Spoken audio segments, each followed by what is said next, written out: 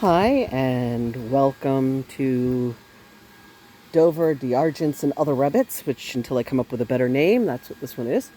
Um, these are sideways on my table because I've just finished putting them together.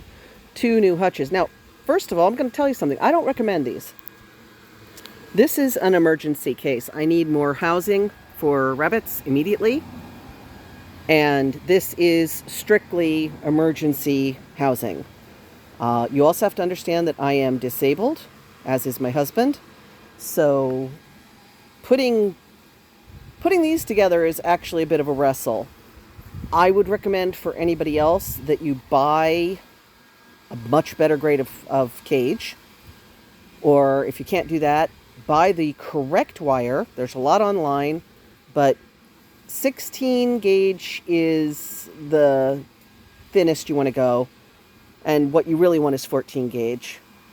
And galvanized after weld if you can get it, which is really tough. You're going to have to go online unless you're really lucky. And make your own. These little J-clips right up here, that's what these are.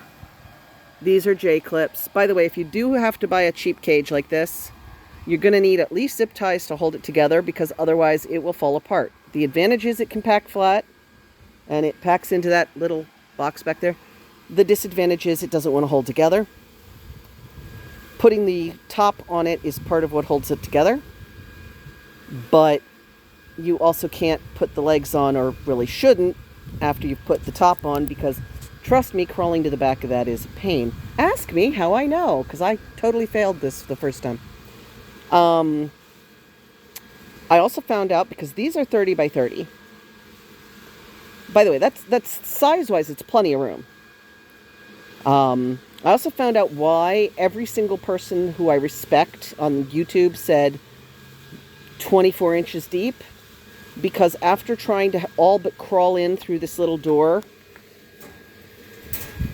to get in there to screw those back screws in, and trying to get like rabbits in and out of there when they just go to the back of the thing, and you have to all but crawl into here.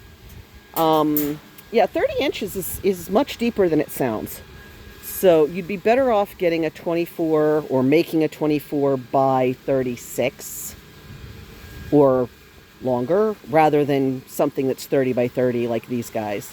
Again, this was an emergency. By the way, you will notice that I did not buy the fancy little metal legs that you can buy to go with these. That's because I have them on the 24 by 24 kit, which I actually use for my pigeons. They're great for pigeons.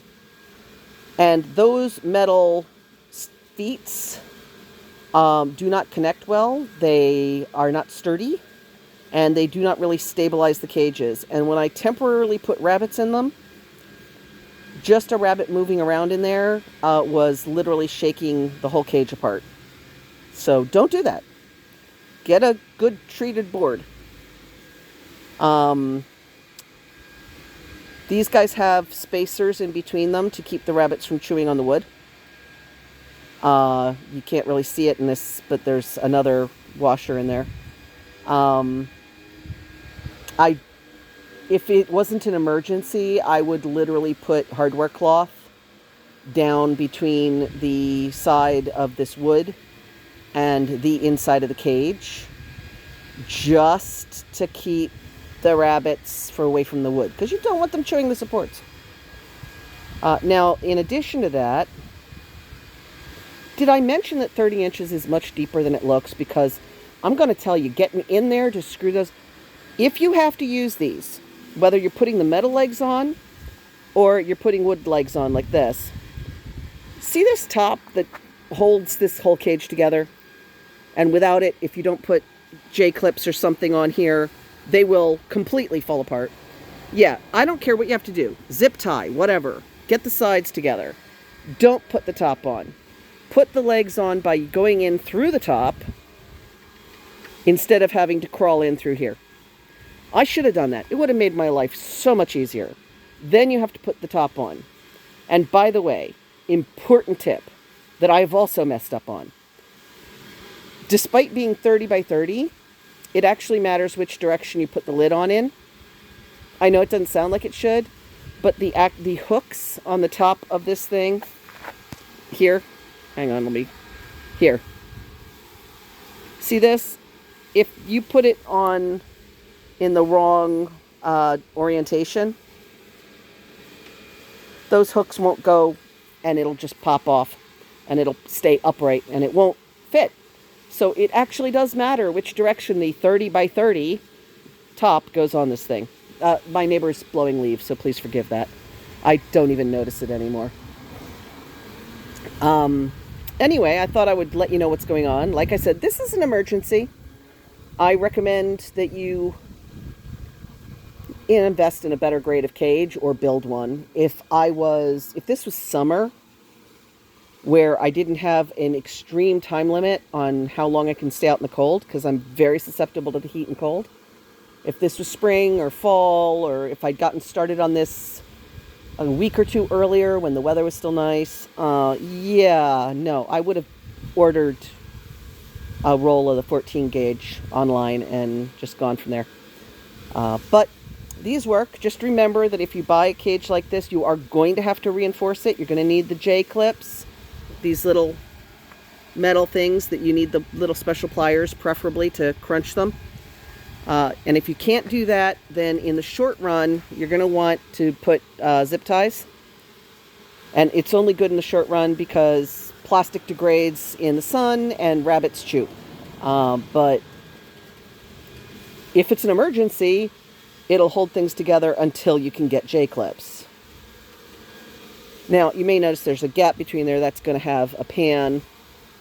I actually don't recommend a pan. I recommend that you build with an angled tray so that everything rolls out and then you catch it in a gutter.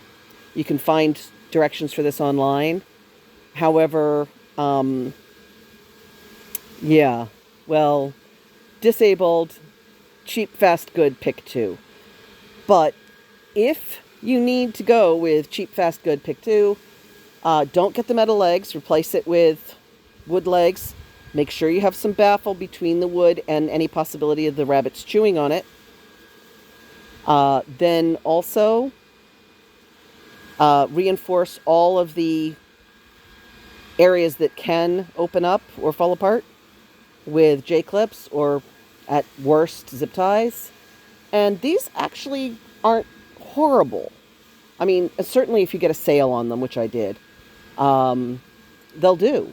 They'll do until next year when spring rolls around, late spring, and I can be outside for longer and hopefully have saved up a little bit more money. But that is where I am with the rabbits. I currently have New Zealand's in white, although I'm working on getting some colored stock.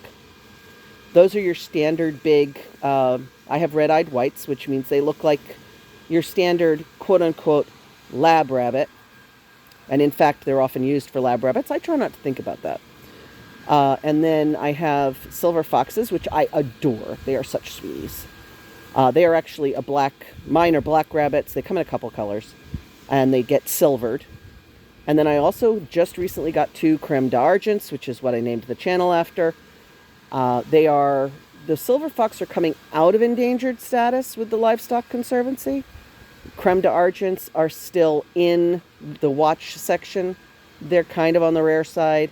And part of your obligation, if you get a rarer heritage breed, is to ensure that you are doing a good job of stewarding that genetic line, because somebody may need it to keep the breed going.